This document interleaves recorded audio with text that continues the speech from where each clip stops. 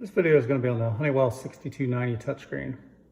So in this video, I'm going to go over some basic settings. We're going to go over how to set the background, turn the chime on and off, turn the voice on and off, set the display so when it times out, how long it stays lit up, how long it doesn't stay lit up.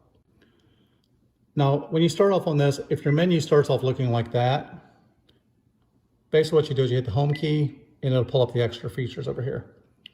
So depending on which mode you're either in here or you're in here. So from this menu here, we're going to hit the setup gear. From here, we're going to go to display and audio. You're going to enter your code. I'm going to use the installer code. Right here is chime mode, voice mode. So if you enable the chime mode, that's where you turn on the ding and the non-ding. So if you're replacing a 6160, you normally had to hit your code number 9. In here, you actually go to chime mode. You can also do voice chime, which will actually tell you front door open, back door open, side door open, if you have that programmed already.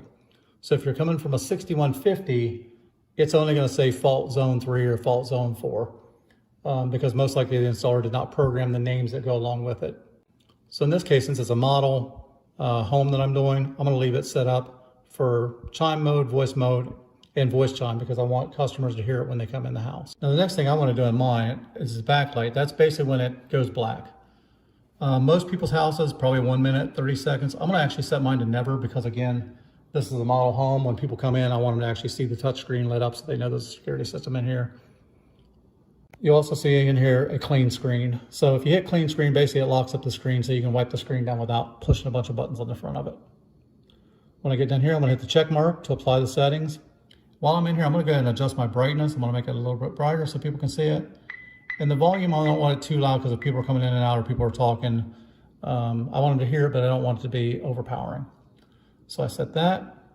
Then I'm going to hit the back key, or you can also hit the home key. So if you're here, you can hit the house. Either one will take you back to this menu.